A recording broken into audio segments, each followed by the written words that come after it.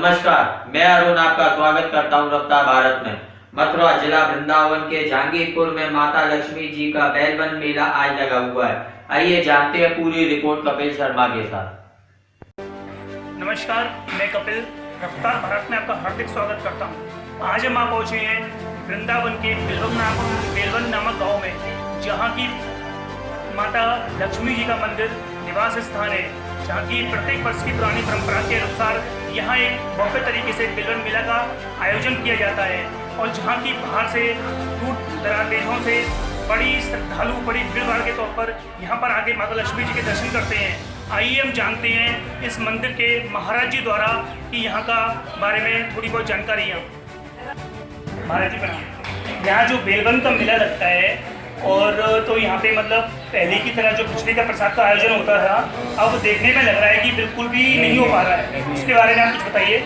ऐसा है कि ये लॉकडाउन जो चल रहा है, इसकी वजह से पब्लिक बंद है, दर्शन बाहर से करते हैं सब, अंदर किसी को प्रवेश नहीं होने, अंदर किसी का प्रवेश कर देते हैं। और यहाँ पे जो माता लक्ष्मी जी काफ़ी साल से मतलब इनका जो मंदिर स्थापित है, इसके बारे में आप थोड़ी जानकारी दीजिए। आप ऐसा है, ये कृष्ण जो विष्णु भगवान अवतार है, इन्होंने यहाँ महाराज किया।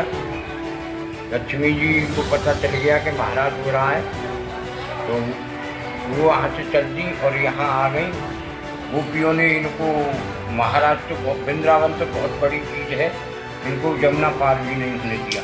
इन्होंने कुछ अपमानजनित शब्द गोपियों से कहे, उस पर कृष्ण भगवान रखे हो गए। उन्होंने कहा, लक्ष्मी जी तुमने एक गलती तो ये की है कि आप बिना इजाज़त के यहाँ आइए।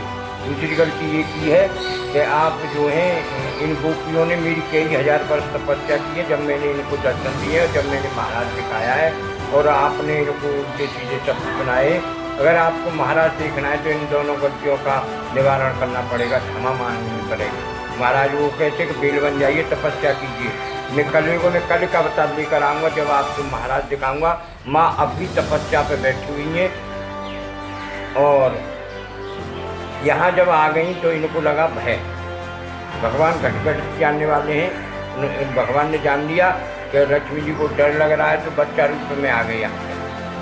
इन्होंने यहाँ आके कुछ समय पश्चात इन्होंने कहा, गोपाल जी ने, कि माँ हमको भूख लगी है। तो इन्होंने, लक्ष्मी जी ने कहा कि हमारे पास कुछ नहीं है, हम 2 मुट्ठी चावल लाए हैं, वैकुंठ से खिचड़ी बना के बनाइए और खाइए। तो इन्होंने, कृष्ण भगवान ने यहाँ खिचड़ी बनाई और खिचड़ी का प्रसाद ग्रहण किया, और जब तभी से ये खिचड़ी का यहाँ ज़्यादा महत्व। और ये जो है कथा जो है भागवत के 10वें स्कंद में 31वें अध्याय में गोपी गीत आता है, उसमें पहला एक लक्ष्मी मैया। नमस्कार, जैसा कि हमारे महाराज जी ने यहाँ बताया मंदिर के बारे में कि यहाँ पे किस तरह से खिचड़ी का प्रसाद लगता है और किस तरह से अब कोरोना के चक्कर में ये खिचड़ी का प्रसाद कम हो गया। आदित्य मिश्रा है। आदित्य मिश्रा, आप कहाँ से हैं सर? मैं वृंदावन में 4 संप्रदाय आश्रम के पीछे रहता हूँ, 4 संप्रदाय नगर में। मैं माता लक्ष्मी के चरणों का सेवक विगत 10-11 वर्षों से निरंतर बृहस्पतिवार के दिन बिना नागा, एक भी गुरुवार का आज तक नागा नहीं हुआ है। विपरीत परिस्थितियों में भी जो है भगवती की कृपा मुझको मिलती रही है, चाहे सर्दी हो, चाहे गर्मी हो, चाहे बरसात हो। भगवती के चरणों की ऐसी कृपा है क्योंकि एक बार रात्रि में मैं करीब 11:15 बजे वर्षा ऋतु में आया था अकेले। इस मार्च वाले रोड पर विगत 1-2 दिन पहले कोई घटनाक्रम भी हो गया था, तो रात्रि मैं फिरोजाबाद गया था। रात्रि में आने में 11:15 बज गए। यहाँ पर आकर के मैंने माता देखा।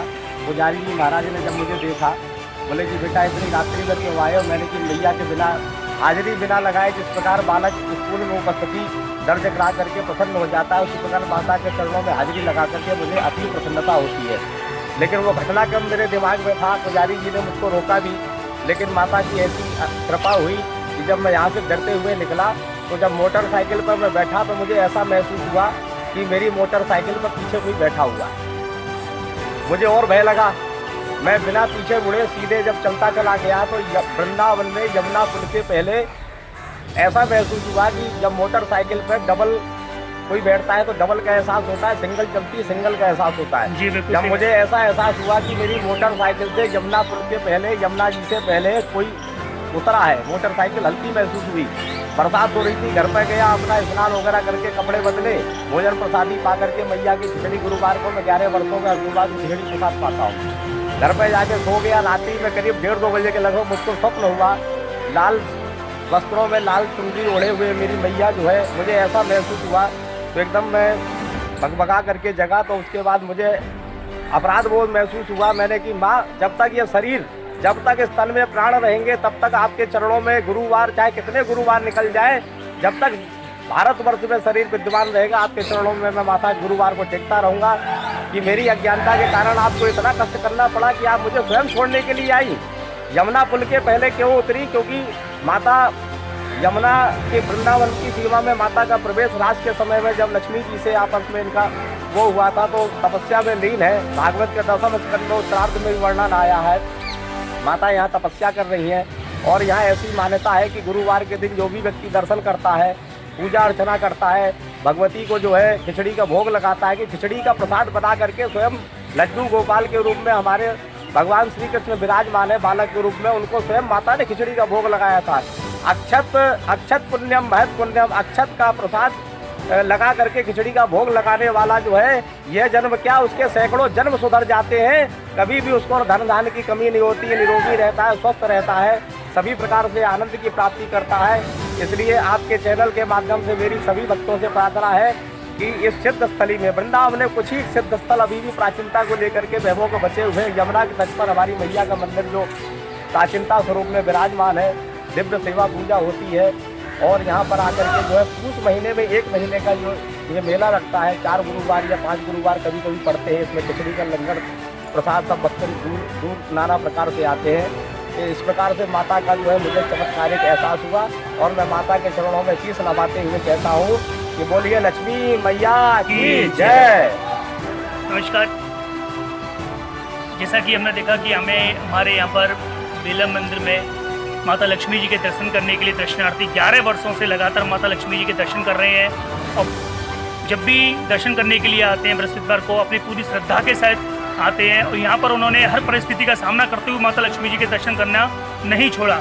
इसी को मैं इसी के साथ अपनी बाड़ी को विराम देता हूँ। नमस्कार, कैमरामैन सोनू के साथ।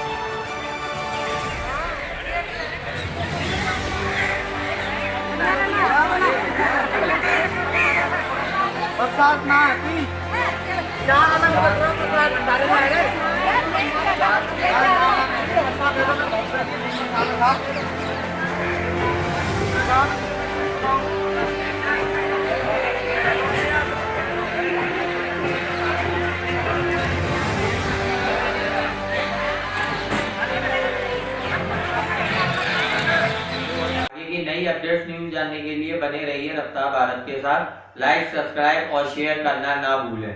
नमस्कार।